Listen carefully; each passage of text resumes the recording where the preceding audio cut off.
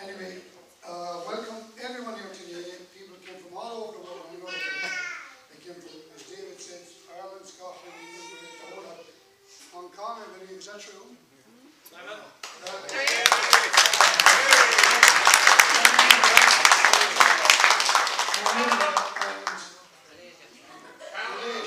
Malaysia. She's very shy, you know. Anyway, lads, I really want to thank Alan and Jean for having that little angel there. Because at the end of the day, what happened was, the first time I met Kira was at their graduations over in Dundee, right? It was 8 years ago. We never met you. Yourself and me had never met you. We heard of you, we never met you. We went over, we met this angel, and henceforth, it's all happening now, isn't it? What you did was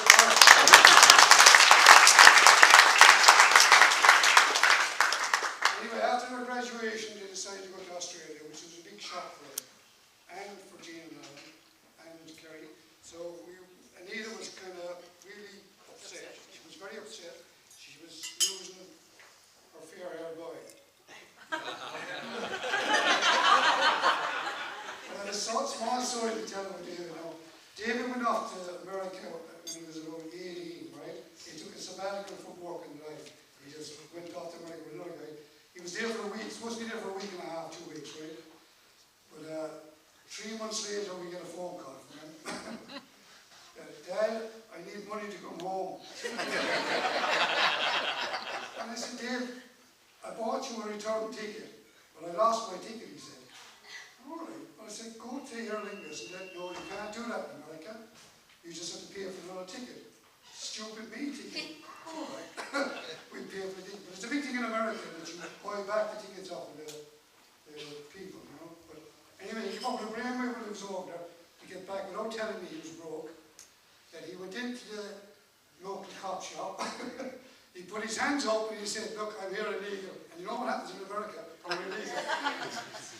They told him, fuck off.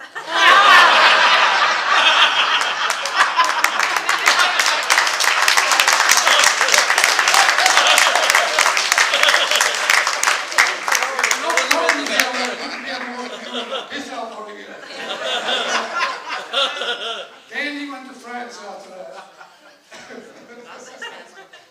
He went to France, south of France. He wouldn't go to the north of France like the rest of us. He went to the south of France, lived it up. He phoned me again and he said, Dad, can you hear me?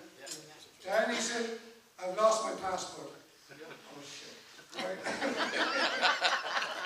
So we knew then we were in big trouble. There was no coming back. Then she says to me, do we want him back?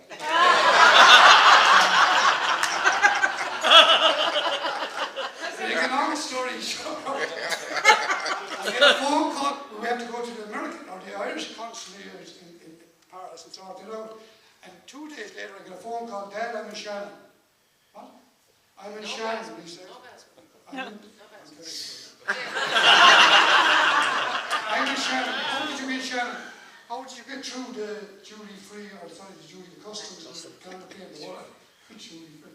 He had no money to spend in duty-free. He had no bob. He says, I'm Irish, he said.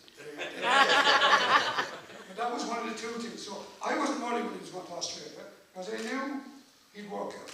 And they did work out. They do it, I swear to God. They had their pants and their shirts, that's all they had to do over there.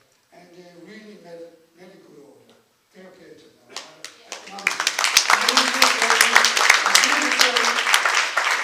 He was there 4 years, they were there 4 years, and they could come back in 2 years for always, which is fantastic. And it's a credit to them. David said they walked away, it was a month away and 2 weeks on, wasn't it? Yeah. They didn't see half, third of the year they didn't see one of them, or half the year. But anyway, things worked out. And I'm going to finish because I've won the box, I feel. But one thing I should say is this. We have a celebrity in the audience, and it's not him alone, okay? You see Father George or Reverend George over there? Reverend George. His name is Village. Village, Man United film.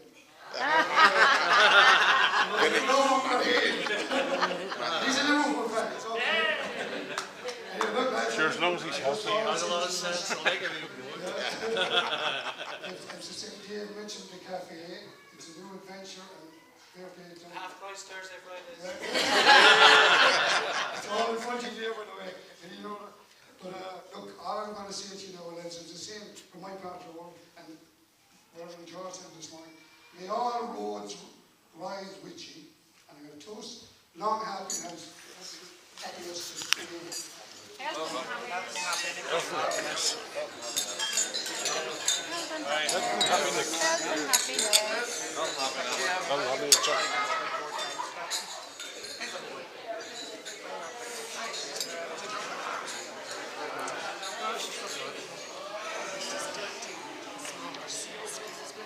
Want a wee glass of water? Ladies and gentlemen, please silence. Mr. David Long, the best man.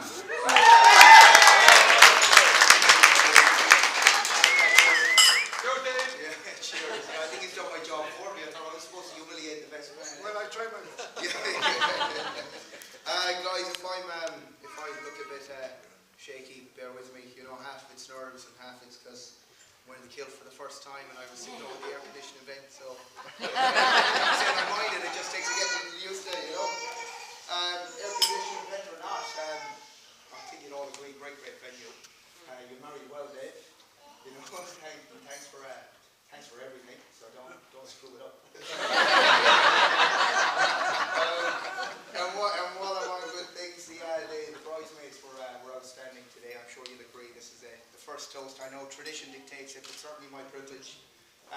We were asked, as the grooms today, we were asked lots and lots of questions about the venue and what would be happening. Of course, we knew nothing. Nothing at all. We just pointed to them and they looked after us. So they really ran the show, and it's a credit to you. It's great. Before I crack on with some very nice things to say about Davy, there's a couple of mentions. I'm going to butcher this. They killed me outside in the reception for it. Tremara.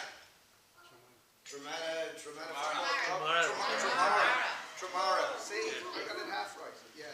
Tremara Football Club sends their wishes to you both. And the Southern Fergies, they're sorry they couldn't be here. But wish you all the best obviously today and looking forward to the opening. So you'll see it then. Alright, for those of you who don't know me, I know we've been chatting a bit. I'm Dave. I've met Dave in uni. We tried to avoid that, to be honest with you. The gang for the first several weeks tried to steer clear of him. He looked remarkably like the infamous streaker in Supermax of 2002. We kind of circled around him for a while, but he assured us he was very exotic. He had been to the States. He had cut his teeth in the construction industry in Northern California, and musically he was classically trained, but he gave that up, you know, for his love of bridges and high-grade concrete. As budding engineers, we kind of adopted him into the ranks very quickly. So, yeah, and to be fair, we had that opinion of him until we brought him to the pub. And it didn't take long to go from the non-exotic version when he comes out of the bathroom down the local shirtless, singing Raglan Road at the top of his voice, trying to trade the bartender his right shoe for another pint. Yeah, but we quickly moved on. In fact, we ended up spending a lot of time together. We start in uni at about 9 o'clock. Well, Dave would. I'd ramble in about 11:30 and take his notes. Believe it or not, we used to go to the gym after that. That was back when I was a bodybuilder and Dave was doing all he could to get onto America's Next Top Model. And then after that we used to work. We used to work together into the night in a newspaper printing press and into the wee hours of the morning. So I learned a lot about him, you know, things that most people don't know, like he wet the bed until he was 14. At the age of 22 he had an imaginary friend called Hilda. He used to try and blame her all the time because he'd frequently be caught shoplifting ladies' undies. You know? It didn't work that often. The first time the security he got away with it, but after that they weren't having it. But look, to be fair, all that and more, it couldn't stop him. Even with that, he's genuinely he's a very good guy. He's a very good guy. He's a hard worker, as you've all heard. You know, across our studies, across our work, even across the continents, I've been very blessed that we've been able to stay in touch. He does a lot for his friends. He does a lot for his family, and he's just a steadfast man. You know, he's someone I definitely admire and look up to. Someone I would try to emulate in a lot of respects. Not all of them, in a lot of them. Yeah, I love you. He's a good boy.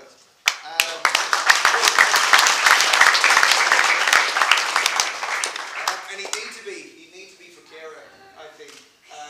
You know, it was a hard find. It was a hard find. It was an even harder keep. To be fair, when Dave told me he was dating someone who was studying law, I kind of thought, well, that makes sense.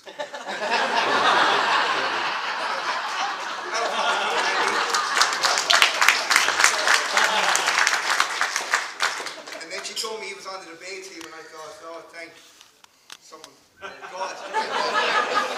Finally, someone had shut him up. I forgot who was in the room there. Sorry. Finally, someone had shut him up. But no, I think all things considered, with the love of Dave and Kira, to be fair, I think he just met his match. You know, they were very, very well suited. And when he finally pulled the finger out and asked him, I think it's evident.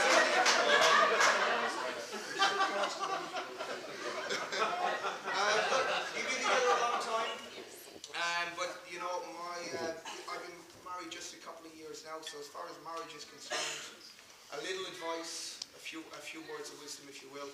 I know sometimes, at least for me, being married, it feels like you're walking on a cloud. You know, it truly does.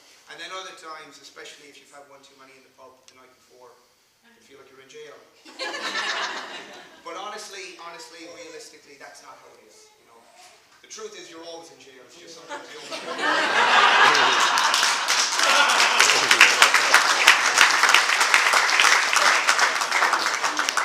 You guys, you don't need any advice from me. You've been together for 8 years. I'm sure you'll be together for another 80. So I'm just going to finish on this. If you guys could join me, if you could be upstanding. It's not an Irish one. It's just another one. I'm sure they'll be done. But to you both, may your days be long and happy. May your troubles be short and few. May you love wildly. May you laugh deeply. May you find more and more time to enjoy the finer things in life, including yourselves. And if and when you finally do start a family of your own, please God, let the kids take after Kira.